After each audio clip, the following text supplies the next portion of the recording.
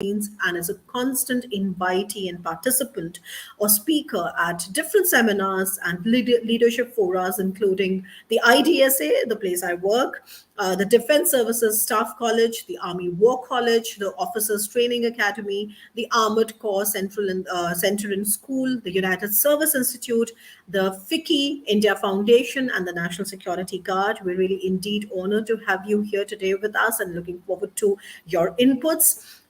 Now, may I welcome Mr. Arun Ayyagari, who is a foreign policy analyst. He's also a pilot and a political strategist. And it's wonderful that I'm introducing, Mr. Arun today, because I actually met him, Mr. Arun, on a similar panel, last year. So I would like to now invite him. He is an editor. He's a foreign policy analyst. Like I said, he's also a journalist.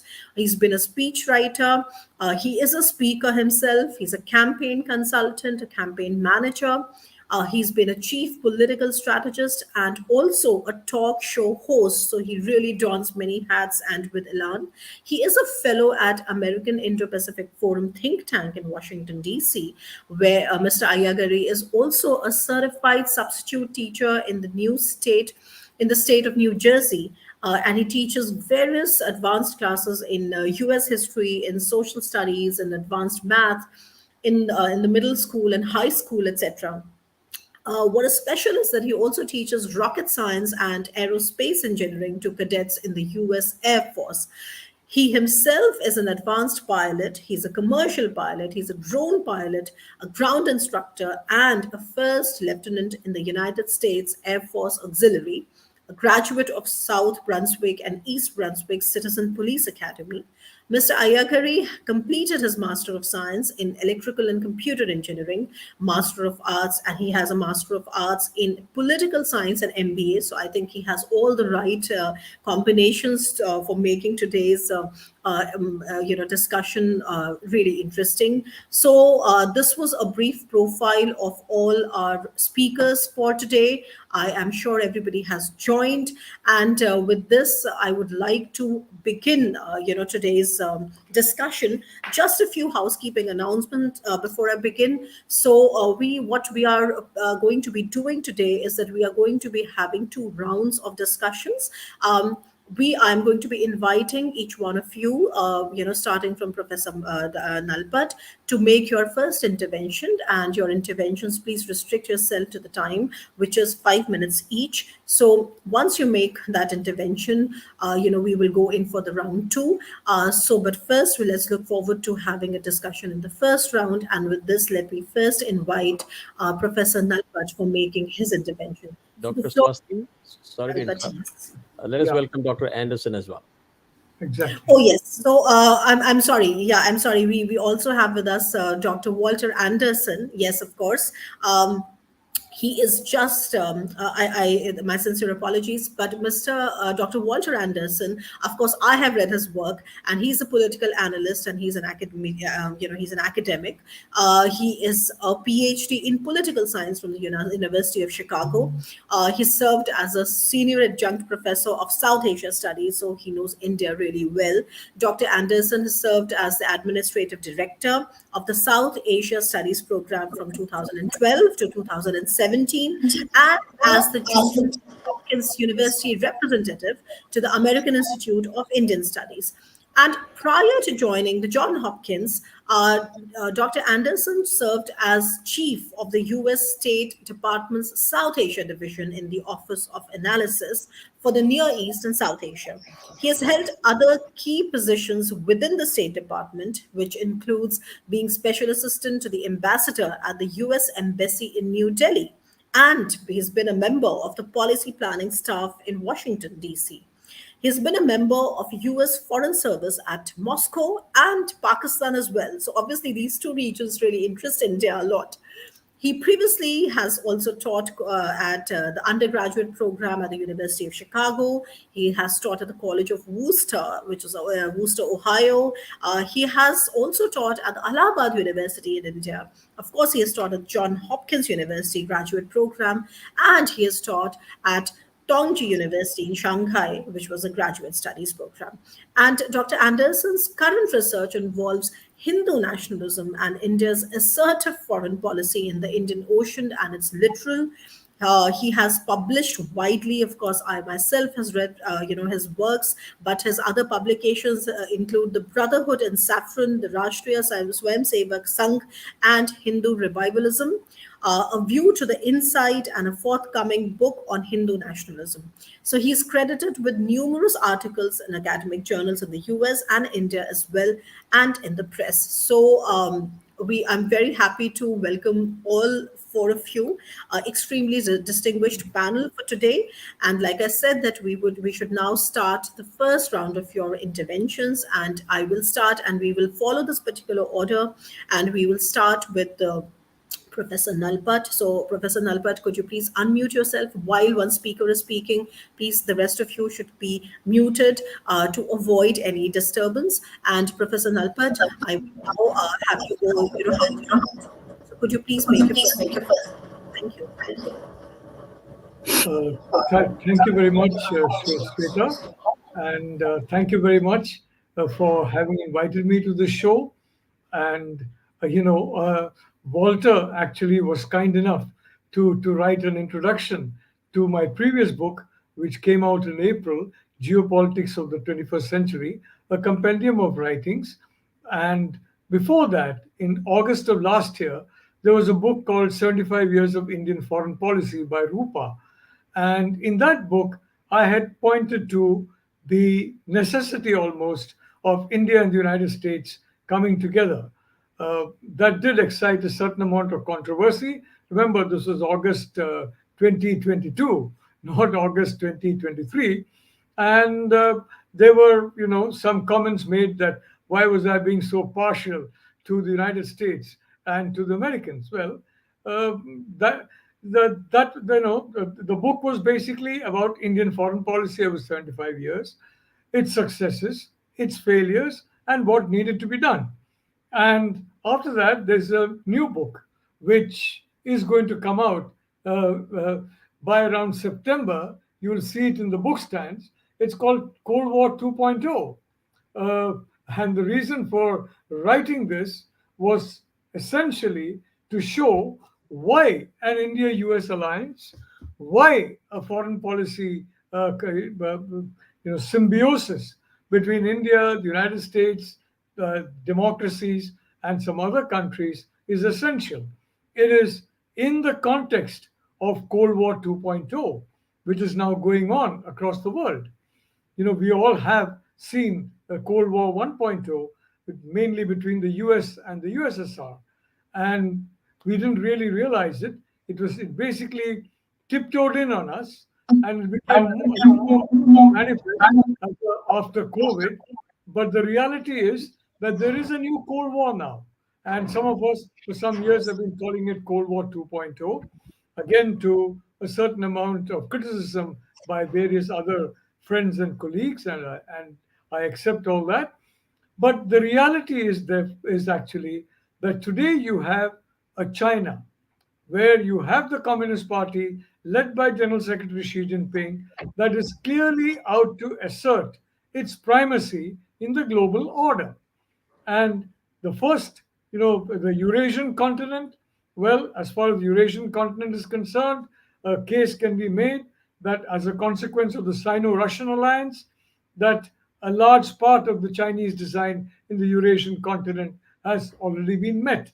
And of course, the point is there is tension between Russia and China in Central Asia, for example, where India is concerned, for example, in Africa, for example. But I don't think the Russians have much of an option except to ensure that they are closely linked to China, and that's what's happening. There's another alliance which I have been talking about for several years now, which is the Sino-Wahhabi alliance. And I'd like to point out very clearly, I do not mean Wahhabis as a community, but as an extremist strain of a great faith. And may I point out that my own mother converted to that faith. And we in the family were perfectly happy with that, because after all, for me, Amma was my Amma, my mother. It didn't matter what faith she belonged to. And the reality is that there is an extremist fringe in every faith, every single faith, whatever faith you talk about. And Wahhabism is an extremist fringe of a particular faith that sought to basically swallow up their entire faith, acting in the name of the faith. Now, Saudi Arabia was the epicenter of that effort, and Mohammed bin Salman has basically, turned Saudi Arabian policy on its head by being the first Al Saud to acknowledge that Wahhabism is not desirable at all, which is why I've had a soft corner in my writings for him, again, to a lot of criticism. But if you look at the bigger picture, the fact that he is opposed Wahhabism, and that too being an Al Saud, and that too being the crown prince, is important. The fact is, we are in a new Cold War 2.0. And the way I look at it, and Swati, I'm not going to take more than a minute more, we are poised in a situation very similar to what was the case in the late 1920s and early 1930s in the previous century in Europe. Only this time, the geopolitical pivot is in Asia. It's not the Atlantic, it's the Indo-Pacific. It's no longer Germany, it's a much bigger country to the north of India, and that country is China. And what I'm looking at is to have an alliance of deterrence. I'm not looking for war. I've been a UNESCO Peace Chair since early 1999, and I'm proud of that. I'm still a UNESCO Peace Chair. I believe strongly that peace needs sometimes a very strong deterrent force to ensure that war does not break out accidentally or through overconfidence or through a misreading of the adversary. And that is why I have been a strong supporter of the Quad. I've been a very strong supporter of an Indo-US strategic alliance. It's not because of any particular affinity to the United States. It's an affinity to the interests of my country, India, and its 1.4 billion people.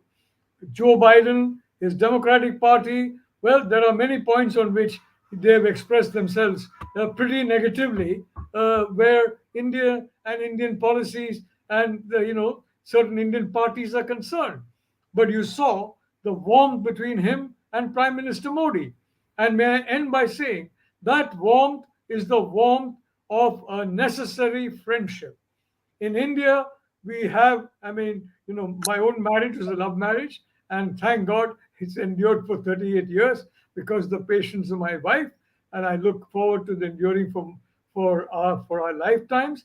But having said that, a lot of love marriages end much quicker than arranged marriages. Arranged marriages are arranged on the basis of interests, fundamental interests, whereas love marriages can be arranged on the basis of sometimes superficial and peripheral issues. Our relationship, India and the US, is what I may call an arranged marriage. It's on the basis of deep rooted fundamental consanguinity of interest, synchronicity of interest. Walter and I have known each other for decades, and he knows my views on all this. The reality is that the time has definitely come for an India-US strategic alliance, basically not to provoke a war, but to deter a war by showing the cost of that war to any country that believes it can unilaterally change the status quo, whether in the Eurasian continent or in the Indo-Pacific or thereafter elsewhere in the world. That's where we are poised.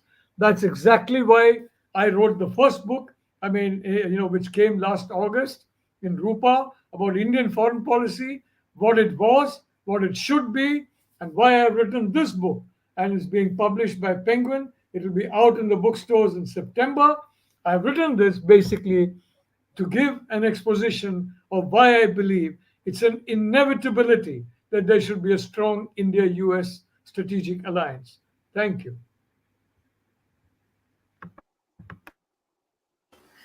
Well, thank you so much, Professor Nalpat. I think you made extremely important points, and one of the things that I also keep highlighting through my work is that what happened in Ukraine really makes things very complicated for us. If the same were to happen in the Indo-Pacific, in the Straits, and it is important to understand how the security of Ukraine in some way is also connected with the security in the Indo-Pacific.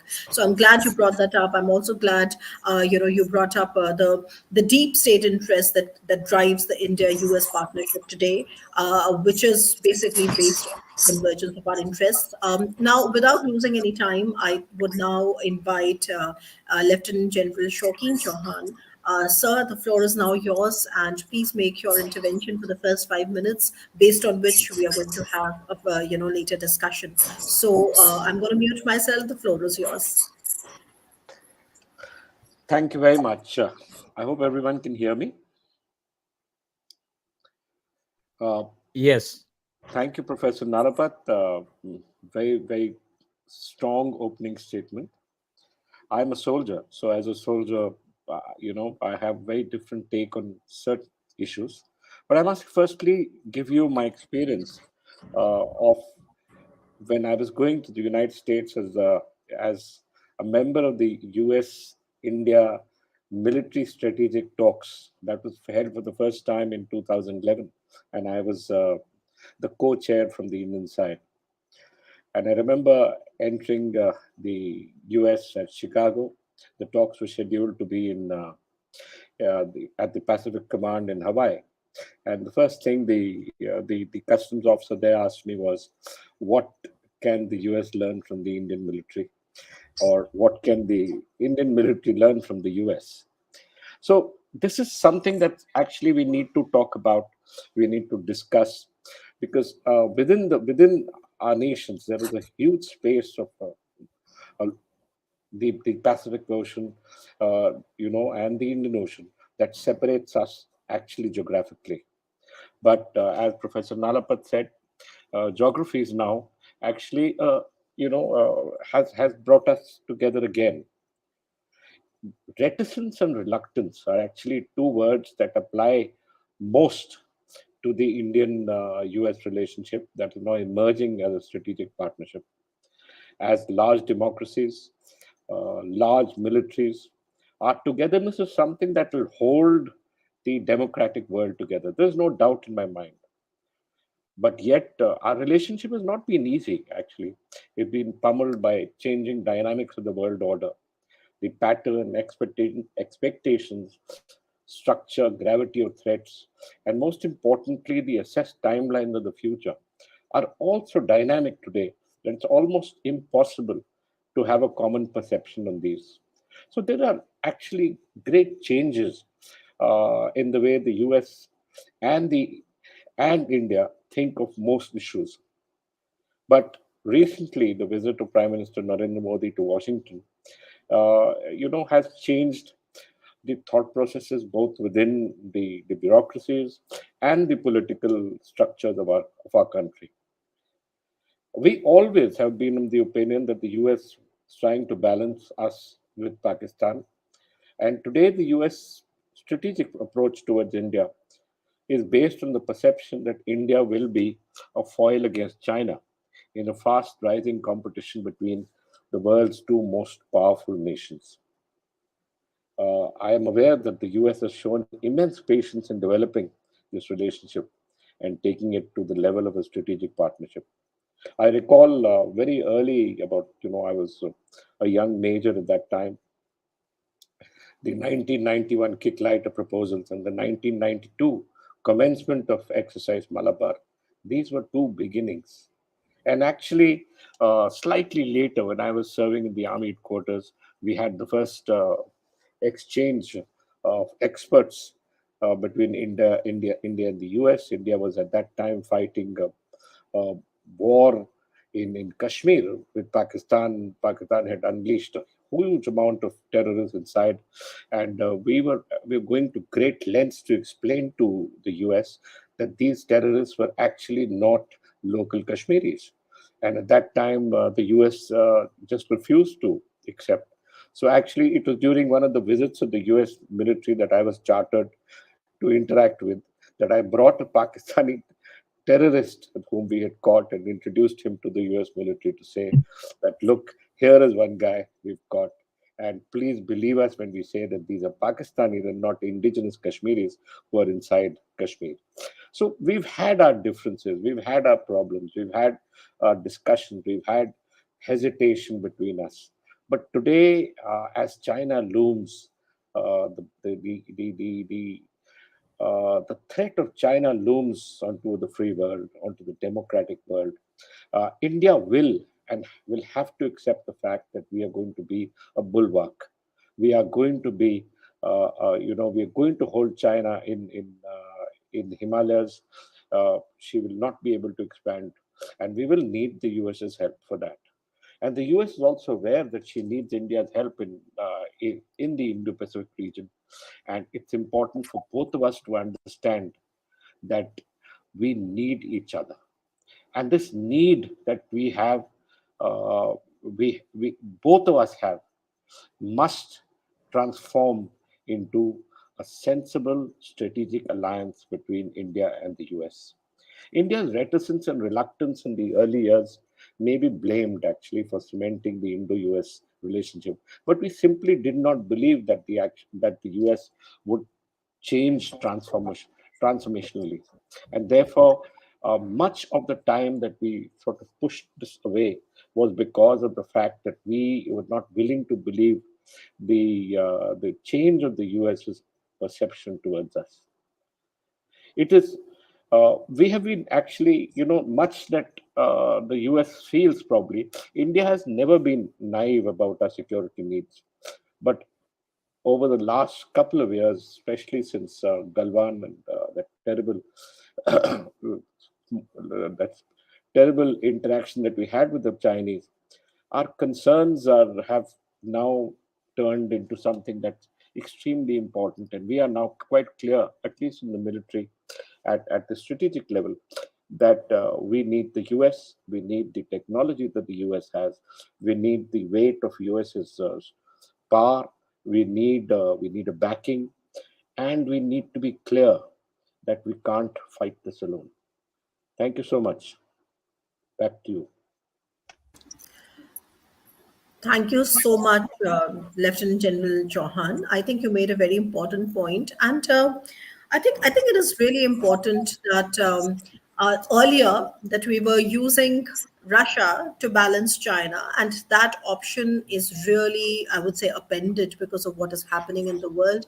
And I keep arguing myself that regardless of the outcome of the war in Ukraine, the point is that Russia is going to get further pushed with China, which is really significantly going to affect India's strategic options in the region. And therefore, we need to balance it much more vigorously in the Indo-Pacific with the kind of relationship that we are discussing today. I'm also glad you brought out the trust factor, which has been a sticky wicket between India and the US, and how that particular perception is changing. And I guess it's a welcome change, of course.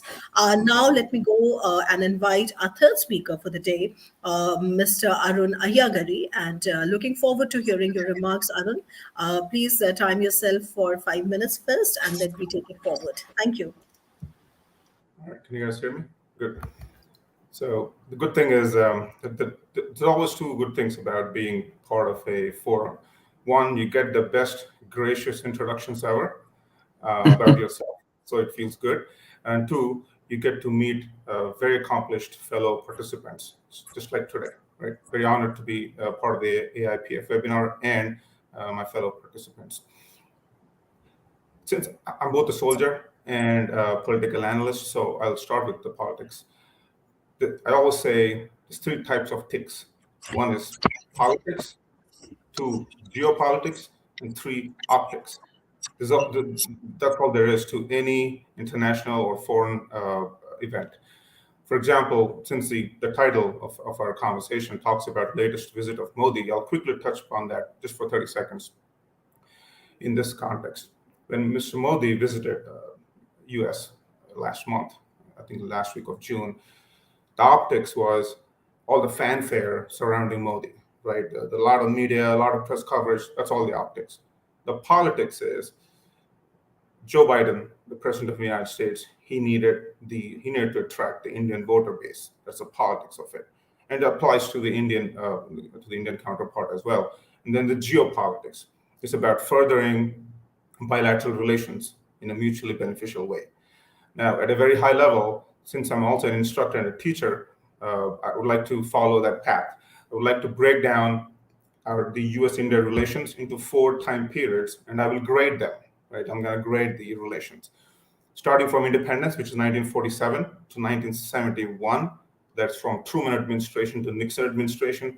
I would give it a D as in Delta. 1971 to 1973, apparently it's F minus. When Nixon administration was in the U.S. and Indira Gandhi was the Prime Minister of India, I think that tumultuous time period, 1971, at the time of Bangladesh war, I think that was when the bilateral relations were at their worst. Though there's also some name calling apparently involved, if anybody read the Nixon tapes. Then again, from 1973 to 1991, which is when India started liberalization, privatization, globalization through the Nixon, George H.W. Bush era. I would probably give it a C, as in Charlie. I'm sorry, I'm a military guy, so I follow the military alphabets, so the phonetic alphabets. From 1991, which is when P.V. Narasimha Rao was the Prime Minister of India, to present, which is through Clinton administration, Bush, George W. Bush, Obama, and Trump. It moved gradually from B to currently, I would probably give it an A+.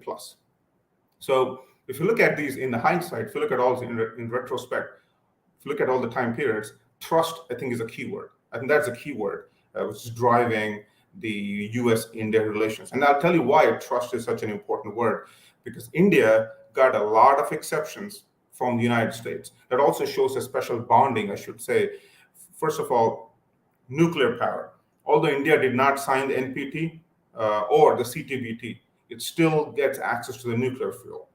CAATSA sanctions. We could still take fuel from Russia, despite India could still take fuel from Russia, despite CAATSA sanctions by the United States. Technology transfer of jet engines. We saw that when Modi visited US last month. Oil. India is still able to import oil from Russia, despite the Nord Stream pipeline and other sanctions of Russia. So that also goes to say that the United States over time has authenticated the independence in nature of foreign policy of India. United States understood that India cannot be tied to any bilateral relations of other countries in the world. India, just like any other sovereign nation, is entitled to its own independence of her own foreign policy. And the other change I noticed gradually over a period of time is the projection of soft power. Mr. Narendra Modi, this is something new, I should say. It sounds comical, but it's new. Narendra Modi started this whole concept of what I call hug diplomacy. If you notice Narendra Modi's personality, because also trained candidates running for office in the United States, so I train them on how to talk and what to speak and things of that nature, on demeanor. So Mr. Modi, he hugs his counterpart. Anytime he visits a country, that could be Australian Prime Minister, we saw that, it could be Joe Biden, it could be a president of any nation. He receives them with a warm hug. And guess what that does? That automatically forces the other person subconsciously to reciprocate that with another hug. The reason why I'm focusing on these minor aspects are this also lays a foundation for the future relations. We've seen that. We've seen it's not just the stance of a nation, it's also how the head of a state feels about the other nation, how the ambassador to that state feels about the other nation, right? How the ambassador to the United Nations from that country feels about the other nation. We've seen that from the history, which actually cemented the relations between US and India. So these things matter. This all come under soft power. Also, what Mr. Narendra Modi does is he uses soft power from other aspects as well. For example, commonality in religion. For example, Buddhism, right? So he's trying to use the Buddhism circuit across the South Asian states which share similar heritage. For example, Nepal, India, Tibet, they all share that. So anytime there is an opportunity, there is a projection of soft power. These are other important aspects which help the relations between states grow. This is actually even more important in a changing global polarity. There used to be, the world used to be bipolar. In the past decade or two, we're seeing that thanks to territorial aggression, maritime aggression of other states vis-a-vis China, we've seen that the nature of relations is changing. The world order is changing from bipolar to a multipolar world. In other words, at the expense of offending others, I should say India, I think, has placed herself very well in Asia Pacific, that it would be called as America of the Asia Pacific. It achieved that through soft power and through nurturing bilateral relations with other states as well. We've seen that regardless of this geographical size of the state, for example, Papua New Guinea, Modi, in fact, even the United States, gives them the same importance. So that puts them at a higher pedestal. Also, another thing I should mention, why is United States, like I mentioned before, has given special attention to India. There are several reasons why this happens, because firstly, the population, the Indian American population in the United States is growing. Obviously, that comes with the promise of ties between the United States and India. And now India is the world's most populous nation. Second, there's India's attractiveness as an economic market and as a military buyer as well. Third, there's India's geography in Asia. Not to mention, there's a common adversary in the form of China between the United States and India. So United States would strategically like to use India's presence in Asia Pacific to counter China. Fourth, both Mr. Biden and Mr. Modi acknowledge the Indo-American diaspora that has distinguished itself as a professional, law-abiding, prosperous, and unproblematic community, and is the biggest votary of better India-US ties. And we've seen the role the diaspora has played in, I think one of the speakers had alluded to that, the role the Indian diaspora has played in bringing the civil nuclear deal to fruition in 2008. So I would like to just state one fact, and I'll finish my opening statements. As of June 2023, which is last month, United States is the largest trading partner of India. And surprisingly, in the dichotomies, China, given all the attention it's getting, China is the second largest trading partner with India.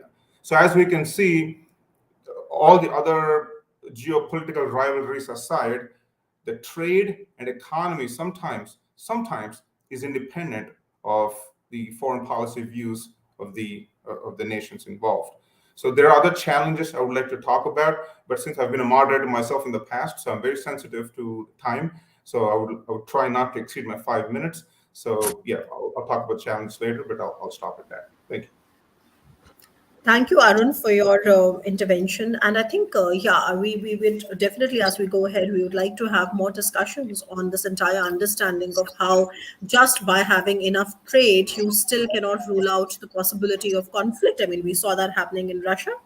Europe was completely dependent on Russia, was having the best of its trade, and yet the Ukraine war happened. We saw that in Galvan.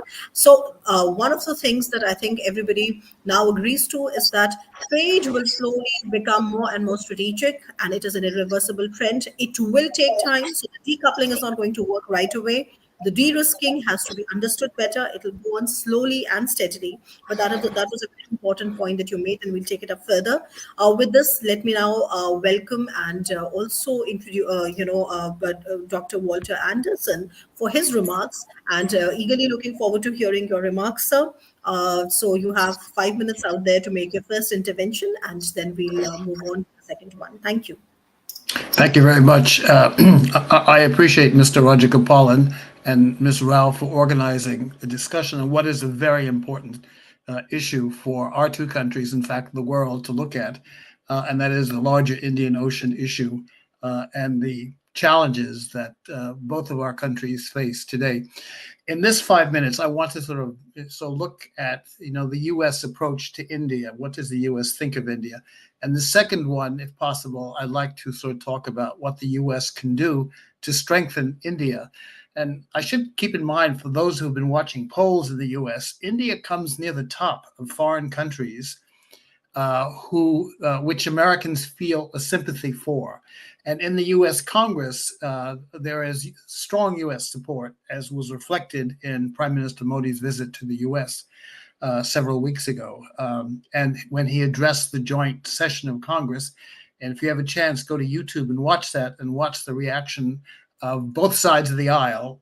In the United States, it's somewhat rare that they both stood up and cheered at the prospect of an improved U.S.-India relationship.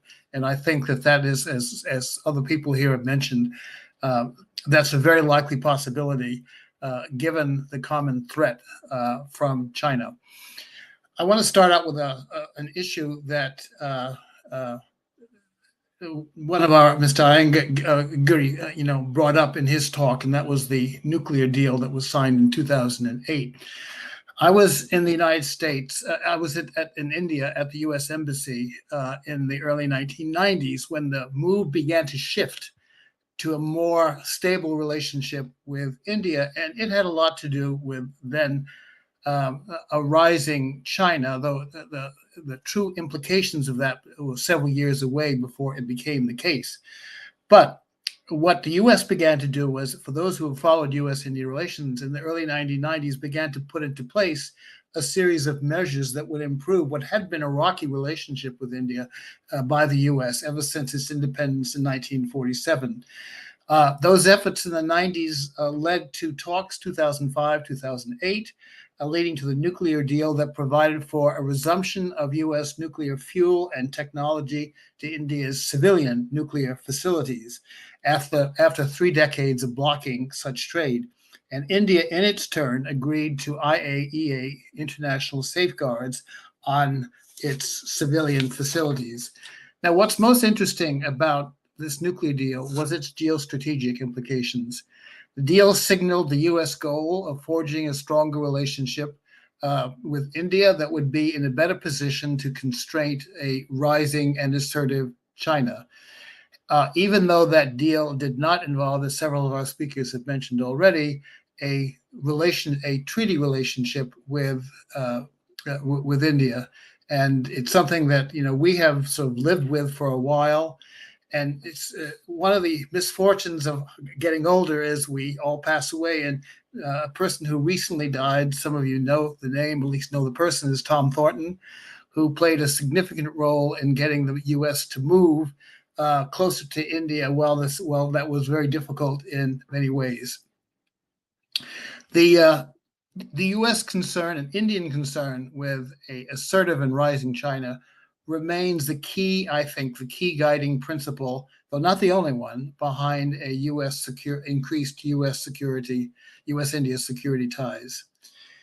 India today, in my view, is the key actor in Asia in maintaining a stable Indo-Pacific region, as was clearly demonstrated by President Biden in his welcoming to Prime Minister Modi. There are a couple of reasons for that. One, demography. India is now the world's most populous country with 1.4 billion people. That's growing. The Chinese population, in fact, may be diminishing. What India requires is an educational system that it can employ its young people productively. And there's a lot of interesting thinking going on about that. The second is India is the world's fastest growing economy among the large economies of the world at 6.5% to 7%. And predictions are that it will stay at about that level for the next few years. India, keep this in mind, India has moved from the 10th largest, 11th largest country to the 5th largest this year, and it's likely to move past Germany and Japan over the next few years to be number 3. And finally, geography. Where India is located in the middle of the Indian Ocean and juts down a massive peninsula about 1,500 miles, has long made it a source of interest for anybody concerned with the strategic issues of the Indian Ocean, and that, of course, includes the US today.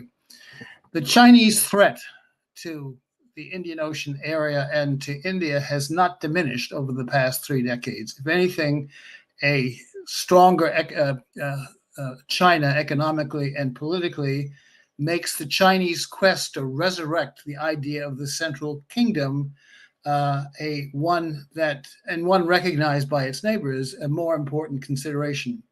And that shows up in a couple of things. One is the Chinese assertiveness in the South China Sea.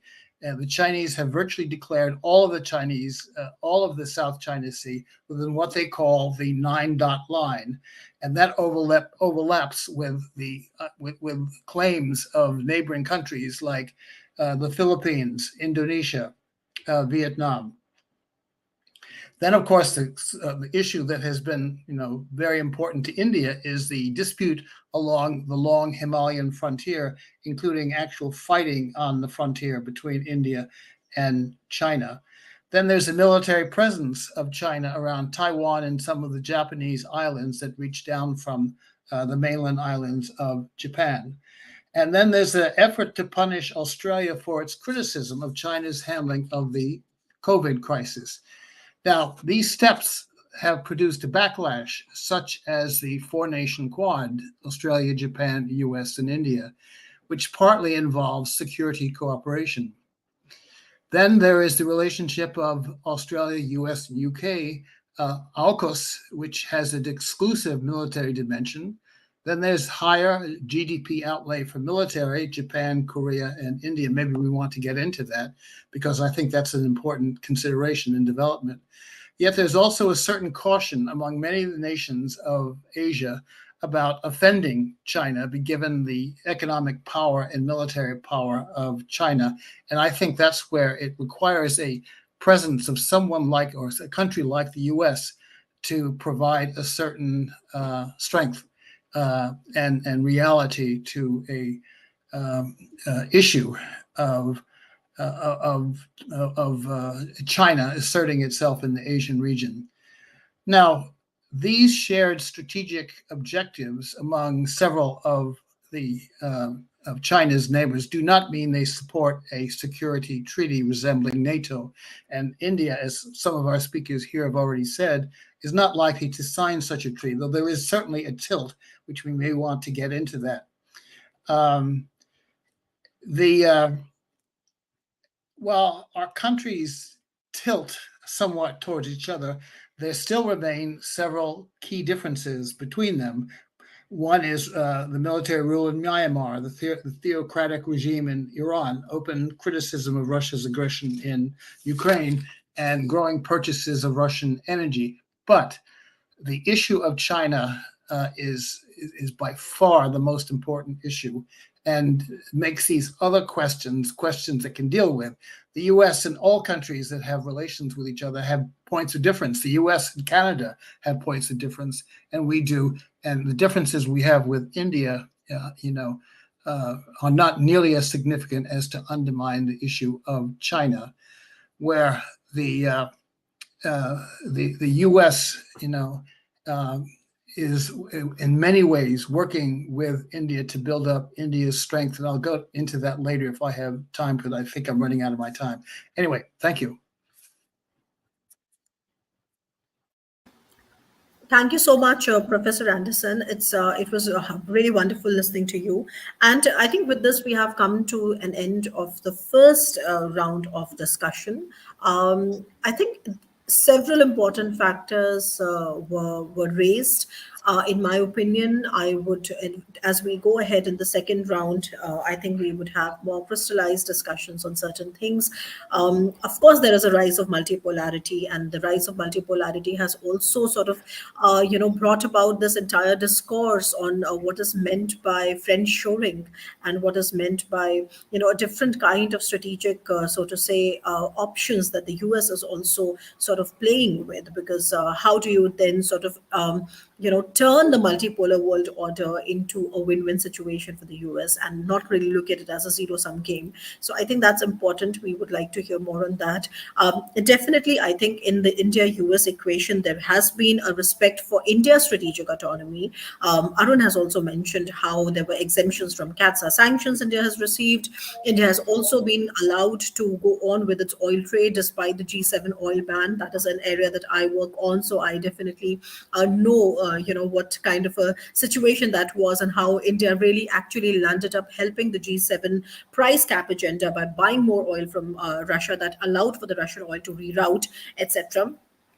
What I think is that I think both sides understand that India's a template of forming these relationships does not operate by the logic of forming alliances. India still rejects the alliance worldview, but what we have with the US for sure, and there's another actor with whom we have similar strategic partnership in Europe, which is France. So of course we keep talking about the template that India has with respect to the US and with respect to France, where we don't really get into any alliance building, any signing of treaties or security treaties, which is India considers it something which was belonging to the old day and age. But where India is today, what makes more sense is to have what we are having today, like a really deep strategic partnership which is based on mutual trust and which is also forward looking. What I would like to mention here is that I think the nature of Indo-Pacific is key to understanding how this relationship is going to evolve, because compared to or in contrast to the Euro-Atlantic Security Order or that security theater, which definitely has a very clear-cut, crystallized, security architecture, which is called the NATO. Indo-Pacific does not have a permanent security architecture. So therefore, what you have in Indo-Pacific is a different kind of, alliance building, of groupings, which are sometimes very fluid in nature. You have the framework of trilaterals. You have the framework, the intelligence sharing is happening in a different way. It is a maritime space particularly. So there's so much on maritime domain awareness, etc., etc. So I think all these things kind of make it very interesting. And as we go on to the second part, and I was just sort of going through all the remarks that have been made today. I think, Professor Nalpat, I would, you are free to sort of focus on something that you would like to focus on for the second round and for the other 5 minutes that you would now get. I would like, if you could throw some more light on what is your understanding on how the rise of, for example, in the Eurasian order, how does the options that India now doesn't have with Russia being pushed with China, how will that play out in India's relationship in the Indo-Pacific? I know it is imperative, it is pretty obvious, but I would really like to see how you have sort of worked that out, because that is a very, very important key, so to say, dynamic which is unfolding there. So I think that is something that I would probably like to know more. And the second thing that I'd like to know more from Professor Nalpat is the Sino-Wahhabi alliance. I think we don't talk about that too much, and we're usually only talking about the Sino-Russian alliance and how does that impact India. I would like to know that. It is also very key to understanding our security in Afghanistan. That's another security complex that region that we struggle with so much. So I think if you could throw some more light on that, any work that you may have done, some key takeaways of how the Sino-Wahhabi alliance is going to impact India's strategic options in the region, etc. I think it would be very useful. So as you end, probably we'll then go on to the next speaker. But first to you, and these are my two specific questions to you, but you are also free to make your own elaborations. Thank you. Well, first of all, Sophie, I'd like to point out when we talk about China, we are not referring to the Chinese people. In my view, a Chinese Communist Party member is very different culturally and civilizationally from a non-party member, even in the PRC. Very well. Secondly, the leadership of the Chinese Communist Party is very different from ordinary members of the Chinese Communist Party. And thirdly, the top leadership is extremely different from even the middle and the upper ranks of the leadership. So we are talking different populations here. I have amazing respect for Chinese people. I've gone there multiple times, and I have when you go across Malaysia, Indonesia, Thailand, Philippines, United States, you've got a wonderful Chinese diaspora there. And the difficulty they are facing, that they have been facing, is the Chinese Communist Party under Xi Jinping expects every every ethnic Han to be loyal to the PRC, which basically means loyal to the Communist Party, or rather its leadership. And this was not a problem when the old Cold War was going on, when it was between the USSR and the US. But it is a severe problem when you are ethnic Chinese and you have relatives in China, and they are, basically telling you on your visits there or in other ways when you meet them in third countries, sometimes even in the US, you got to do this, you got to do that. And you're plainly flouting the law of the country whose passport you hold.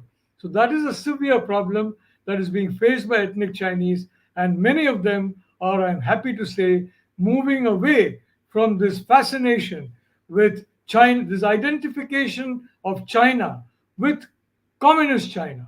The Chinese nation is not the Communist Chinese Party and its membership at all. Just as I said, the Wahhabis are not to be identified with the Muslim community, which is a wonderful community, and if I may say so, a community that has contributed very much across the world and certainly in India. The second point is, of course, you were talking about Russia. I would like to see a strong, robust India-Russia relationship, and that's important for Russia as a lever with China, quite frankly.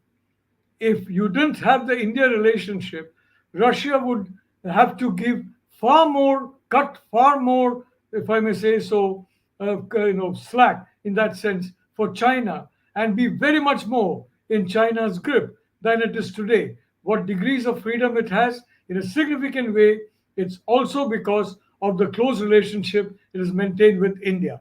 I saw this during Galwan, where not even for 24 hours did the Russians cease their security relationship with us, even when Indian and Chinese troops were confronting each other on the border. And I'd like to point out, therefore, that relationship is a rock-solid relationship, but we can understand why the United States is not like Russia. It took me a long time. I'm not the smartest guy, anywhere. But I realized that the Americans are smart and they know the only country that can displace the United States as the primary power in Europe, the primary influence in Europe, is Russia. So kneecapping Russia is an absolute priority for the United States. And you have this Ukraine war, which was driven by Biden and by Boris Johnson, poor fellow. He thought by jumping on that bandwagon and by really upping the ante, he can escape being removed from office. Poor chap didn't succeed in that. I don't know if Joe Biden will succeed. But the same thing with China and India. It took some of us a long while to realize that the only country that, frankly, can displace China in primacy in Asia is India. So the Chinese Communist Party, and again, like I say, when I say China, I mean the Chinese Communist Party. I don't mean the Chinese people at all. I don't mean China as a nation. The Chinese Communist Party will try and kneecap India wherever it can. And this is what has been happening to us for a long period of time. It's been happening in a fairly open way. The good thing about Xi Jinping, he's very transparent. Previous Hu Jintao, Jiang Zemin, Mao was transparent, very transparent. And despite that transparency, some of our people who are in power in India didn't quite get the message. But fortunately, the Indian government under Prime Minister Modi has got that message. May I remind you, it is Modi who signed the 3 foundation agreements with the United States. All 3 have been signed. They're the foundation agreements that are the bedrock of a security relationship with the United States. India the Quad has been revived by Shinzo Abe and Narendra Modi. And India is a formal member of the Quad. And yes, we may pretend that the Quad is all about going to parties and going to picnics, but all of us know what the Quad is actually about. It's about ensuring a free, open, and inclusive Indo-Pacific, as Prime Minister Modi said at Shangri-La, which basically means you will not allow any country in the world to basically try and control the Indo-Pacific. India rejected American unipolarism. We paid a heavy economic price for that. We paid a heavy strategic cost for that. And may I say, in my view, the 1990s were a horrible decade. Bill Clinton was hell bent on removing our nukes, removing our rockets, and making us completely defenseless against China. Bill Clinton was hell bent on handing the Kashmir Valley to elements who would have immediately handed it over to the Pakistan military. So I don't remember the Clinton years. I don't remember my visits to Washington, my meetings at various offices in the US as particularly pleasant ones. They were not, because of this obsession of Clinton with the nuclear and space program of India and with Kashmir. Fortunately, that changed. I think George W. Bush deserves 99% of the credit for the nuclear deal. Condi Rice read the signals right. There were some, if I may say so, there were some individuals who were pretty negative about the initial nuclear deal that was going to be signed. I was one of them, Brahmachalani. There were others a few others who were very negative. And I think that helped Prime Minister Manmohan Singh to go back and say, look, I've got these guys here. They're calling me a traitor. They're saying all kinds of things. I've got to get much better terms from you. Ultimately, we got a deal that all of us can live with. So I'd like to also point I'd out, like you to conclude this point. one more Yeah, minute, so that one we more can- minute. yeah. This Yeah, is okay. India.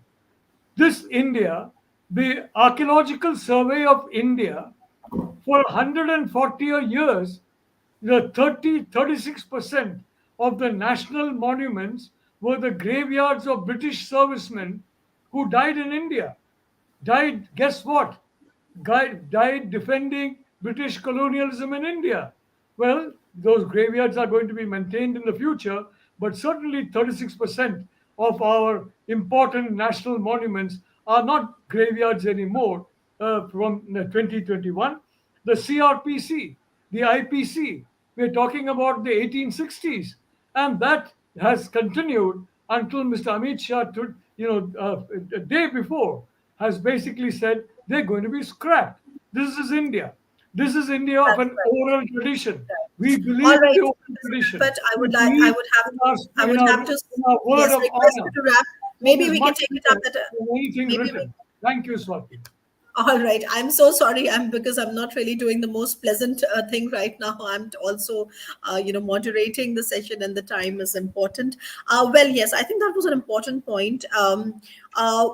Uh, before I come to General Chauhan, I think we would come back to it. We would revisit a lot of things in the question answer sessions as well.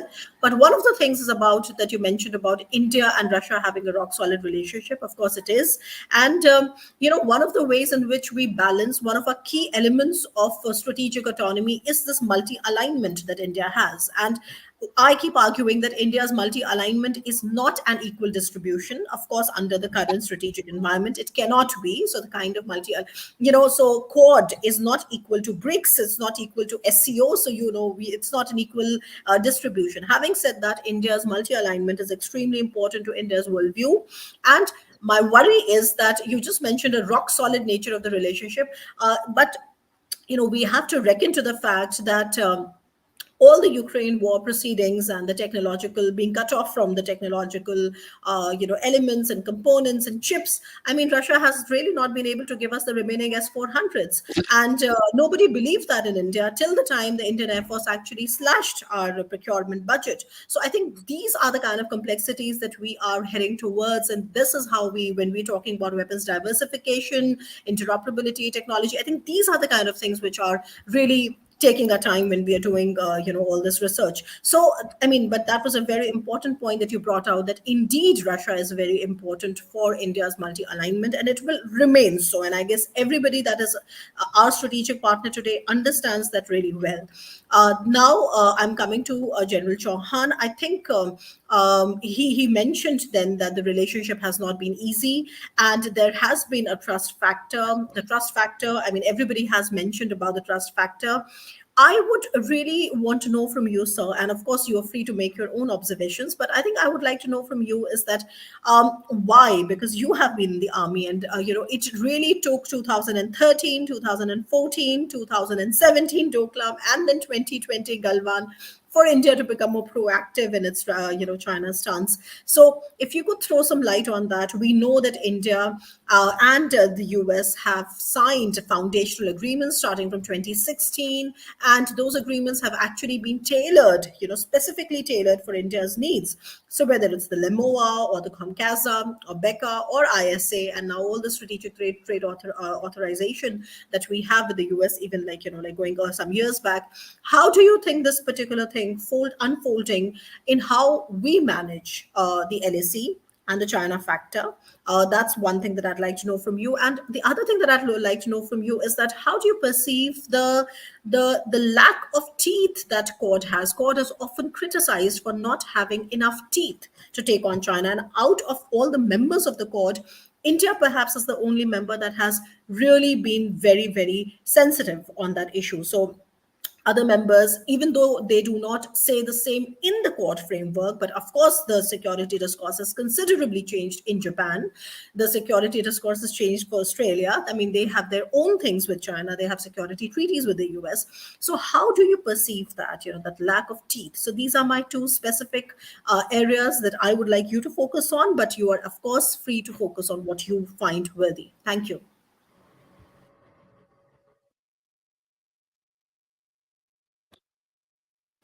General Chauhan, please. Sir, please. Yeah.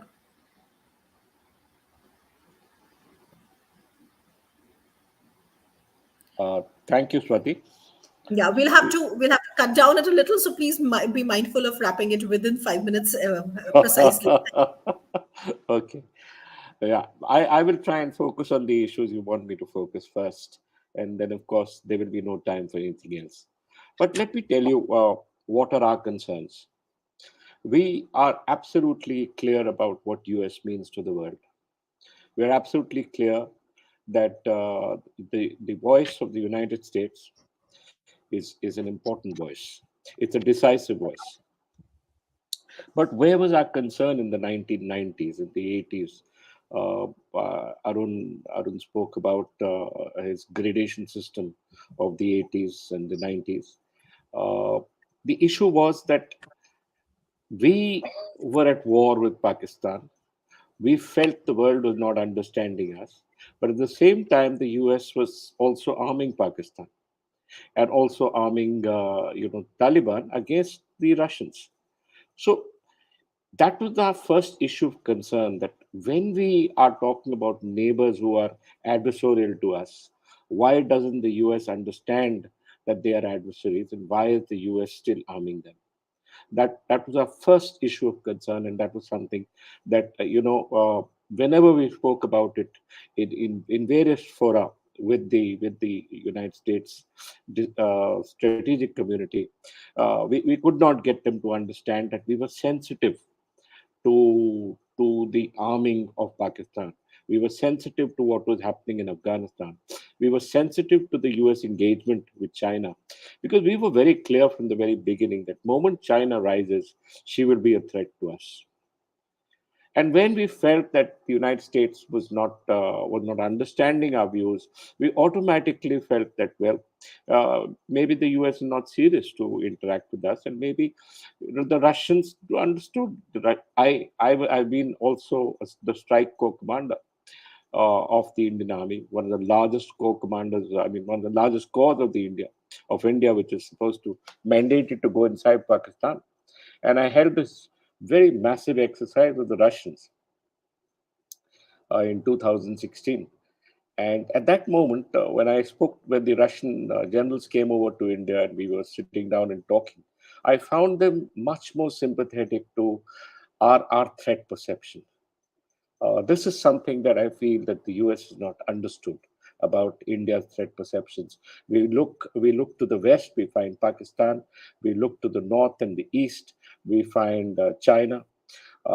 We have amongst us and within us fault lines, but also that these fault lines have been actually utilized by these two countries to create larger and larger problems for us. So this is the first issue.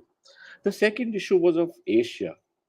We are a large country, as Walter said, and as all of you have said, that India is a large country. We have may have the largest population on earth. But more than that, it is the feeling that over the last 70, 75 years, why have you ignored us?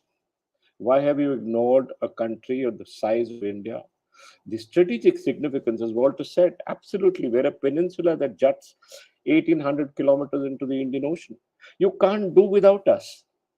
Any combination of any kind of war, less a conflagration in Europe, you need India, and we're a moderate country.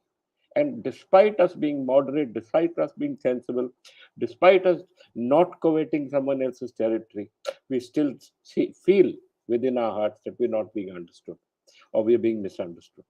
This is the first issue. The second issue, Swati, was about code. Now, in my senior years, I had the good fortune of visiting along with my chief in 2013. I visited Australia. I visited Israel. I visited Turkey. I visited the United States again, and a large number of other countries on our periphery that have, and of course, Japan.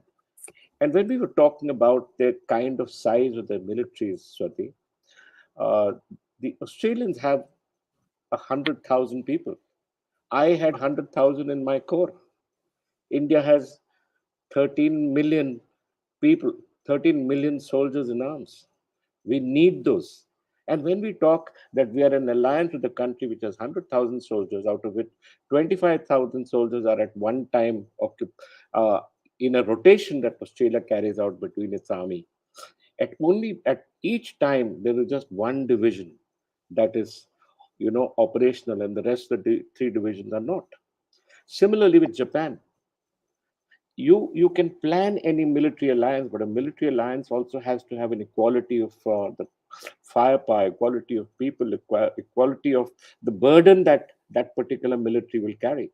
And when you try and see what Quad can do for us, can it keep China occupied in the Pacific? Can it keep it occupied in the Indian Ocean? The answer is very clear: no. So eventually, in any battle that we will, or any war that we have to fight, it would have to be only the US, because only the US has the ability to intervene within the Indian Ocean. That's It's not right. Very China, strong. it's not Okay. Japan, it's Right. not it's not Australia. They Okay. simply don't have the ability. Right. So So we have these similar two questions from issues, yeah. the, yeah. So we have Mm. similar questions from the audience as well. So we can always elaborate on that. Yeah. Now let me ask the third panelist, Mr. Arun Ayagari. And Arun, if you could just, I think nobody has touched on that. If you could elaborate a bit on the ISET, which is the critical elements, thing, the critical and emerging technologies deal that we've had with the US and its role in the military. You're a military man, and how does that work out? Hi, thank you for the question. I know time is paucity of time, so I'll keep it very short to accommodate other viewers' questions. So you're right. So basically, ISAT, which stands for, as we all know, Initiative on Critical and Emerging Technologies, was one of the initiatives which occurred as part of the deal between Mr. Modi and Mr. Biden when Modi visited U.S. last month, June 2023. I would like to focus more on, and there's also a transfer of technology as well, defense technology, which we've been waiting for quite some time. Although it's not 100%, it's about, I think, close to 80% transfer of technology. But there's something really sensitive in ICET, which is Initiative on Critical and Emerging Technologies. Well, critical technology is something we should focus on because critical includes rare earth metals, rare earth elements, where currently China is a dominating state. Just to clarify, it's when people think when we talk about rare earth metals, people think they're called rare earth because they're rare. No, it's not because their availability, but because of the difficulty in extracting from the core, from the ore. Sorry, that's why they're rare, not because they're rare in availability. So this over reliance on China needs to be addressed, right? So which is why focusing on critical technology or rare earth metals is pretty paramount. If you can see, I think it's close to in 21. I think I'm not really sure about the number, but it's a significant percentage in terms of how dependent we are on China. Now, coming to we were talking about the jets, right? The jet engines. No wonder that's a great achievement when there was a deal between HAL and General Atomic. So the downside of that, what I see is India really prepared? Are we advanced enough? Sure, we'll get the center set up in India. There will be deals signed, but is India really prepared does India really have a workforce where we can handle that manufacturing or working on this technology, especially for the fighter jet engines? So that is something, the F engines, F414, that is something I think we really need to focus on. We need to focus on that. Also brings to the core the importance of how much we're lagging in terms of semiconductor technology, because semiconductor technologies take a lot of water, to be honest, and that's water is a scarcity in India. So yeah, to sum it up, the transfer of technology is great, but I think we should ensure that we are ready in terms of manufacturing, in terms of assembling, in terms of workforce, resources, human resources available to bring that to reality. Otherwise, it would just be for the namesake. So I can talk about this because the engines, the planes. I'm a pilot myself. Is my favorite topic. I go on and on and on. So, but I'll respect the time and I'll stop here. Sure. Thank you, Arun. That was really wonderful, and that you put it so, like succinctly.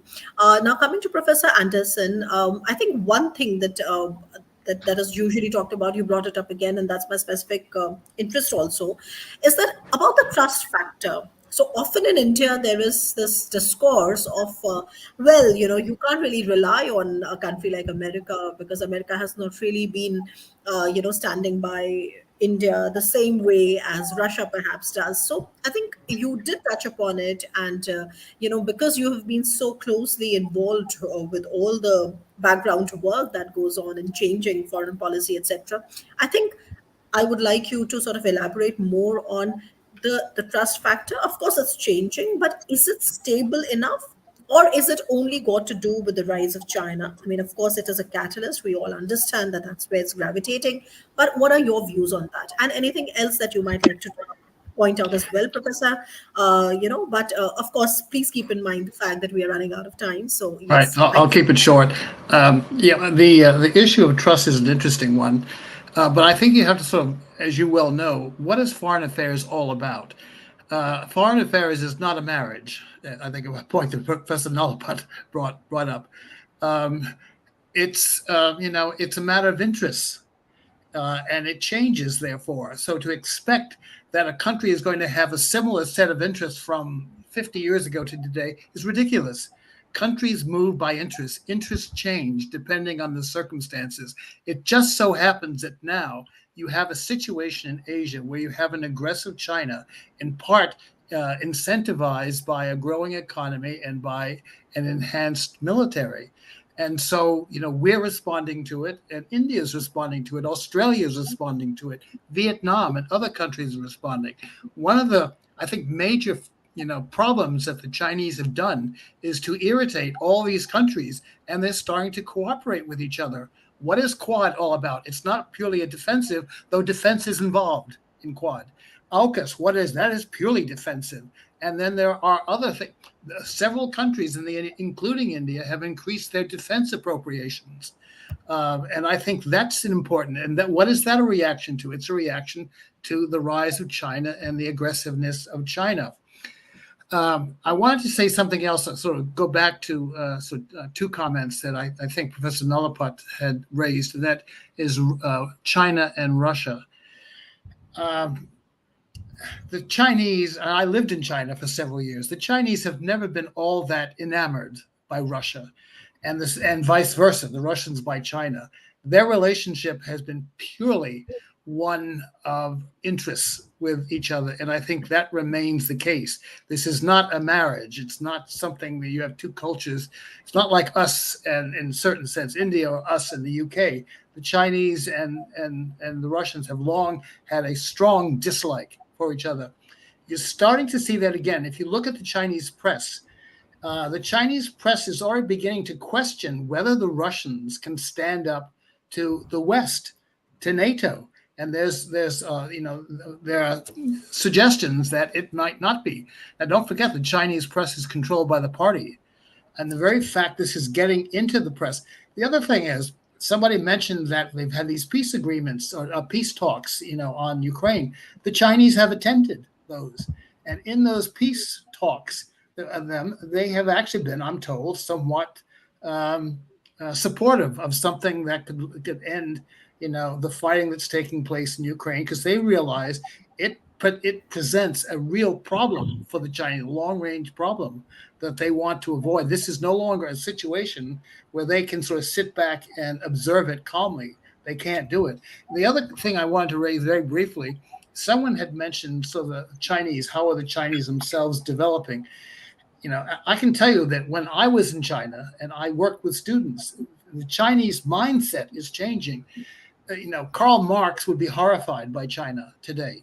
It is the last place in the world you'll feel real socialism.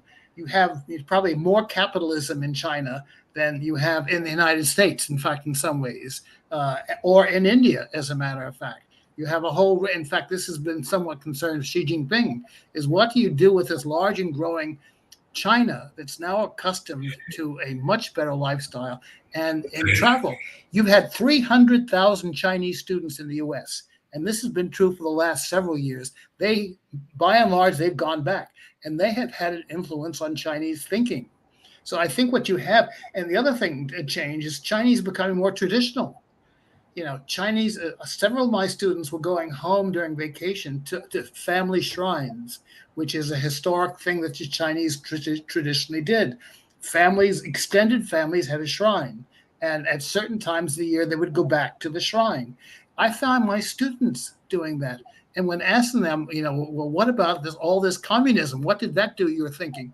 They brushed it aside, as if somehow that was an epic that had more to do with strengthening China against the West and less to do with how the Chinese thought of themselves. So you're getting a different China. Now, what effect a more nationalist China has to do in relations, I'm not sure. One can argue both sides of that. But in terms of, a key thing with China and Russia, there is an element of suspicion and lack of trust between China and Russia. And as the Russians do badly, that will only grow, because the Chinese recognize, they're not stupid, they recognize that they really can't confront the US now. They can create problems, but beyond problems, they're not able to do so. And I think that, we have to play with that. We have to play on that, and the other thing is the Chinese respect strength. I taught, with international relations faculty, Chinese, and the one thing I kept hearing from them is that Chinese respect strength. And if a country, has the means, to resist, Chinese will hold off, which is one reason why there's a certain, what should I say, both admiration and fear of Modi. He's built up India's infrastructure. And the Indian military as well. And they see this as a potential constraint on China. Right. All right, Professor Anderson, it's been really interesting.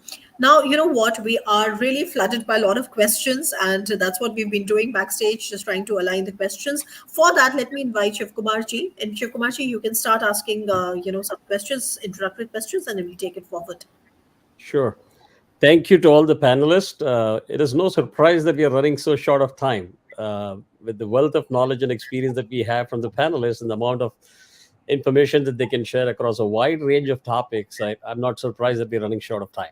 So what I'm going to do is I'm going to just push the couple of questions that we saw from the YouTube. This is from Vidya Sivakumar. Her question is about, with the wealth of knowledge that we have in this panel itself, with their engagement with the respective governments, how can that be leveraged to curb illegal assertions from the specific militant actors for China and Moscow? So anybody from the panel is more than welcome to take that question. I can quickly start. I'll keep it very short so others can answer too. So this is kind of broad question. The first thing is recognizing the power of China, right? Number one. Number two, I'll keep it bulleted, quick and short. Number two, mounting international pressure. Number three, China is famous for pearl of strings strategy. India, in a way, it's not being highlighted, but it is following its own string of pearls strategy by giving BrahMos missiles to one of the ASEAN states, and then working with I think Thailand, and there's even Vietnam. It's working with Vietnam as well. So it's designing its own string of pearls strategy. So sometimes you have to give it back to China in her own coin. That's number one. Number two, it would be putting global pressure to, and the last point is, I would say, diversify, de-risk, don't decouple, because that affects the whole global order. Do not decouple, de-risk and diversify your portfolio. That could be a strategic military arms portfolio. It could be a critical supply chain. Could be anything. Diversify. Yeah. So that's all I would say. There's a lot of other things, but I'll keep. Yeah, Swati, I just want to make one point, and that is, we cannot forget the nature of warfare practiced by China. As the general can tell you and others can tell you, Walter can say, the Chinese practice hybrid warfare. That means information warfare, disinformation warfare, and essentially it has meant using the internet to spread discourses that widen the fault lines in major democracies such as India and the US. So to try and empower the fringe groups and make them, in a sense, expand at the expense of the moderate middle. And we all know society needs a healthy, growing, moderate middle and a shrinking fringe. The Chinese want the opposite, especially in the big democracies like India and the US. And of course, a point I made, that S-400, I opposed the S-400 deal from the very beginning. I wrote against it. I went on TV against it, precisely for this reason, that I forecast that there will be difficulties in supplying defense equipment to India in certain situations. But unfortunately, that has come to pass. I was wrong on one thing, and frankly, the government of India was right. They said no sanctions are going to be put on India. I thought there would be sanctions. There were no sanctions. So I think I was right on warning about the S-400. Thank you, Professor Nalapat and Arunji, for your valuable inputs. And I think in a multipolar world that we are looking at today, I think every party is responsible to take some moderate actions rather than taking an aggressive posturing, because indeed messaging is very, very important in a global world that is connected with social media. So with that, let us bring to the next question. That is from Mahesh. It says, with India taking a lead role in BRICS, the possibility of a new BRICS currency being introduced, which will accelerate the de-dollarization, I think it's a very common concern in everybody's mind today, both in India and US. Will it impact US-India relationship in the future? Mahesh, just one minute my time. I'm a Malayali. For us, 5 minutes is torture. 50 minutes is being unreasonable. But anyway, the fact is, the Chinese want to use this BRICS currency idea to make the RMB the currency of the BRICS countries and a wider spectrum. They don't want to see the Indian rupee. They don't want the South African rand. They don't want the Brazilian real. They want only the RMB, not even the ruble. So the BRICS currency is not going to take off because the Chinese are not serious about it. They're only serious about their own currency. Can I add to that? There's another issue involved here, and none of us have referred to it, and that's the banking system. It's the banking systems that control the movement of money. The banking systems now There's an article in the Wall Street Journal. It's 95% dollars. Is that going to change? I doubt it. It'll only change if other countries, build up their economies significantly, because most of the world now is accustomed to dealing with dollars. My wife is an Indian, by the way. She has a business in a factory. She manufactures clothes she sells here. When she sends money back to India, she does it through banks that only deal with dollars. What would they do? She once asked if they would take rupees, and they laughed in her face. No. Would they take, because I had some Chinese currency I had built up, would they take that? No, they wouldn't. They would take one currency, the dollar. I don't see that changing. Yeah, thank you both. And Dr. Swasdeep, over to you again for the subsequent questions. That's right. Thank you. So we'll just try to, what we have done is that we have tried to club together a lot of similar questions because so that they can be taken together. So for example, one of the things that would interest a lot of Indians, and which is that if US continues to support Pakistan, how will it impact this partnership? Anybody can take this up? Anybody of you here? Yeah. Can I start? The U.S. is not supporting Pakistan. Here again, read the Pakistani press if you have any doubt about that. There are all sorts of ways that they think that we should have helped them in one way or the other, and we're not. And when Modi was here, there was some questions that were asked him that addressed that, and Biden and Blinken both kind of ignored that, pressed it aside, because what's important to the U.S. now is a good relationship with India. Interest. The U.S. had an interest 30 years ago of having a relationship with Pakistan, and one has to recognize that. And it now, it may get an interest again, depending on how the Taliban, whether they get international in their orientation. So far, they haven't because of internal problems. But Pakistan, you barely read about Pakistan in the U.S. press anymore. It's an issue that it doesn't cross people's minds. Look at when Modi visited, the various speeches they gave back and forth. There was I don't recall a single mention of Pakistan in any of those talks. So we have to keep in mind, what is international relations? It's based on interests, and interests change. And we had an interest 30 years ago, which we don't have today. Right. So it's right. Also, India has grown out of our Pakistan bogey. Pakistan is no longer an issue with us. Way behind in our list of priorities. And we can deal with the US dealing with Pakistan because we know that 30 years ago, you tried to balance relationship with both of us. Now there's no question. You know the truth. It's absolutely clear in your face that Pakistan is no match for India. It'll never be, and it'll only sink further. So we're quite clear that do what you want with Pakistan. It makes no difference to us. We have a resurging China to deal with, and for that we need you guys. And as you said, foreign relations or any international relations are a need-based situation, and you need us and we need you. I think that's the start of a very mature relationship. Whether it's an arranged marriage or a relationship, doesn't matter. Right. We're fine with that. We're absolutely fine with you guys doing anything in Pakistan because I don't think it matters anymore to us. Well, thank you. Thank you for the feedback. I brought in Pakistan because I guess it was missing out and a lot of people would be interested. The second question we have here, and we had similar questions, we have tried to club it. So, your opinion and the panelists here. So do you believe that US and India have discussed the short-term and long-term impact of the proximity of Russia and China? Or is there anything that you would like to add to it after whatever you've already discussed? Well, sorry. Yeah, I'd just like to point out that the manner in which the US has focused on Ukraine and on the Ukraine war, and the way in which it has flooded Ukraine with weapons, really in stark contrast to the weapons given to Taiwan, to the fact that whether it's India or Taiwan, weapons are given at top dollar. To the Ukrainians, it's effectively given free of cost. And there is a perception that that's because Ukraine is a European country and the US is partial to European countries.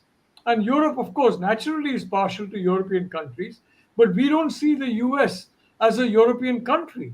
the US has got all different cultures: Asia, Latin America, Africa, Europe. So, frankly, the soft power and the influence of the United States, as well as the trust factor of the United States, is severely depleted as a consequence of the stark difference between the flow of weapons to Ukraine and the terms on which they've been offered, and the flow of weapons to the largest democracy in the world, India, which is directly facing China, as the general correctly said, and losing lives in the process, taking lives as well, and Taiwan, which is being its sea space, its airspace, and possibly its land space, and certainly a lot of its cyberspace has already been encroached by China.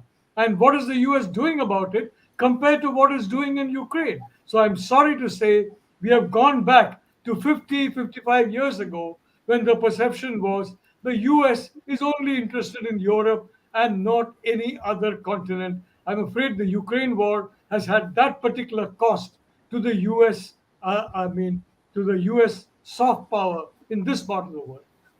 Yeah, very quickly, I would like to add one thing to what Swasti said. It's great you're thinking about Russia and China. I would also like to add Russia, Iran, and China. I think that is the axis which the question should involve, only because I personally feel West Asia is the heart of the world. Anything which happens in West Asia is the most direct way for a person to see the impact. All they have to do is, if there's an instability in West Asia, they have to go try to pump gas in their car or vehicle, and they'll see that the gas price rise. So that is something. And another thing on Iran is, this is exactly why the JCPOA, Joint Comprehensive Plan of Action, needs to be passed. It is really important for America and rest of the world that the JCPOA comes to fruition. That's all I would like to add. Thank you.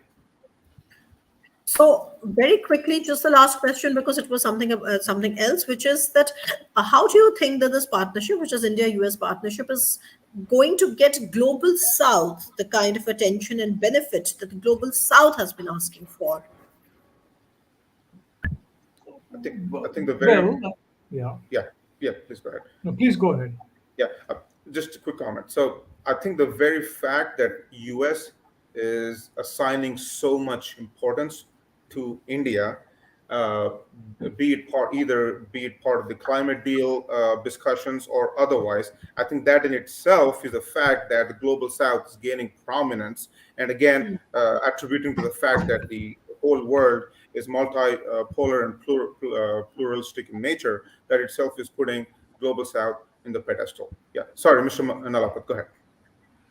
No, look, about Iran, we have used Iran as a land bridge to Central Asia, which long-term US ally Pakistan has been denying us for so long. Today, Pakistan is effectively the Chinese sphere of influence. It's no longer in the US sphere of influence, but that's the first point. And the second point is, we have been a country, right, which has faced a huge amount of problems as a consequence of Wahhabi terror. We don't want a second front of Khomeini's terror as well, which is inevitable if we have a broken down relationship with Iran, quite frankly. Let me say, for India, Iran is important for these two reasons: as a land bridge, and to prevent two fronts in the war on terror, which would be the situation. The only country unfortunate enough to face that second Khomeinist front and to bear the brunt of it bravely is Israel. And we love Israel, but I would only like to say we don't want to go in the footsteps of Israel, and we are very careful about Iran. So I just like to make that just to quickly disagree with that, is you're right. Initially, we had the bridge with Iran, and we are trying to build a Chabahar port and all that, but we gave in to Donald Trump's pressure, and we cut our ties with Iran. So we are not as in friendly terms as much as we should be. That's all. I'm not entirely sure what you mean that we cut our ties with Iran. For some time, we stopped buying Iranian oil, and if you again check that is a mistake. But we have not cut our ties with Iran. Our ministers have gone there. Sorry, I meant oil, not the entire bilateral relation, but I meant oil. Yes, you're right. Yeah. Which I think is no longer cut. In fact, it is because of Iran, India's constant support to Iran that Iran this year became a permanent member of the SCO. So Exactly. that's there. Anyway, so I would like to now take things back and again play the role of the moderator and thank all of you here. But before I call Shiv Kumarji for the formal vote of thanks. Let me just say that I thoroughly enjoyed moderating this really wonderful panel, and there are still so many questions left, but maybe that's again for some other time, some other panel. So Shiv Kumarji, would you please like to come and extend the formal vote of thanks? Sure. I am short of words, Dr. Swasti and the panelists. First of all, sincere thanks to the participants and for the whole bunch of questions that they have put it out there. Unfortunately, we have not been able to take some of the questions, but Dr. Swasti did a phenomenal job in trying to combine similar type of questions to get the panelists' opinion. I sincerely would like to thank you for the wonderful job that you did today, moderating it. It was not easy to moderate such a high-powered panel. My next thanks is to each one of you, Professor Nalapat, Lieutenant General Shokin Chauhan, Mr. Arun Ayagari, and Dr. Walter Anderson. Thank you so much for taking time out on a Saturday evening in India, and being a part of this panel. We are truly honored. But I'm not going to let you go without your commitment, based on all the interest that I'm seeing it from the chat, that you will come back. Probably we will have a much more specific topic, and then we will hash it out in a series of such debates in future. Thank you so much and have a wonderful day. Thank you. Thank you, and thanks to AIPF for organizing this, and the Thank you. moderator and Shiv Kumar. You guys did a great job. There is a lady by name Rasita Ji that she's in the backstage, and Yep. she's quietly doing a Yes, lot of yes. work. Thank you. We owe sincere thanks to her as Yeah, well. Shiv Kumar, She did a Swasti, and fabulous Rasita, job. Yes. and AIPF. Thank you. Yes. Thank you. Thank you so much. Bye.